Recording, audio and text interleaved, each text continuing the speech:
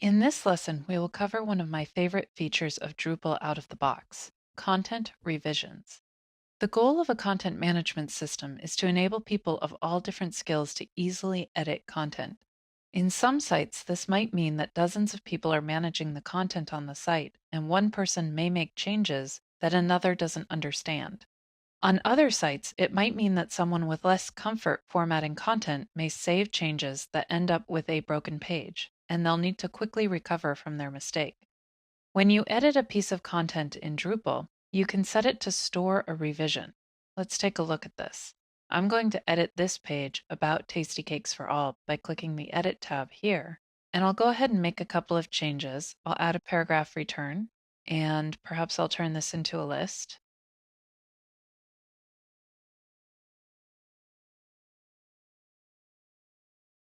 Now, over in the right-hand column, the first box is Published, and there's a little checkbox there that says Create New Revision. So I can go ahead and check this off, and I even have a box here where I can put in a log message. Now that I've made this change, I can go ahead and save my piece of content. I'll keep it published, and About Tastykakes for All has changed slightly in layout. In addition to having changed based on the edits that I made, I also now have a Revisions tab appear in the top. If I click on the Revisions tab, then I can see a list of all of the revisions of this particular piece of content. I can also review a previous revision by clicking on the date and timestamp for that revision. Notice that the log message here shows markup. The code is being escaped by the theme. This is a non-critical bug in the current version of Drupal 8.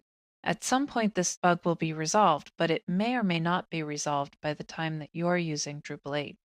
You can still tell what the log message says by looking past the markup and finding the message itself.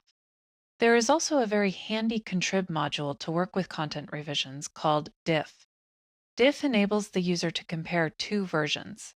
I've already downloaded the diff module to this site, so all I need to do is go ahead and click on Extend, where I can access all of the modules that are available, and look for this particular module. Now I can go ahead and enable the module by checking it off and clicking Save Configuration. The diff module is one of the modules that you can bring into your site and enable, and it will automatically update the site with the changes. There's no real configuration needed in order for diff to function the way that you want it to.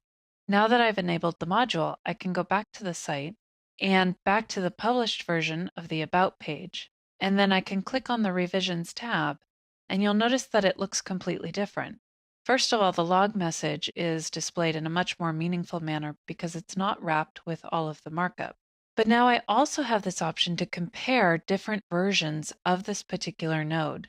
There are only two versions right now, so they're both checked off for the comparison. But if I click on Compare here, it will show me the differences between these two versions of this particular piece of content. There are many other excellent modules available for expanding content revision functionality. In Drupal 7, some of the highlights are the Workflow module and the Workbench module. Workflow allows you to set various rules as to when the content is published and who can access the content when it's in different states. Workbench makes it very easy for you to store a draft version of your content while you still have a published version live for the public, which enables you to further refine the content moderation permissions on your site.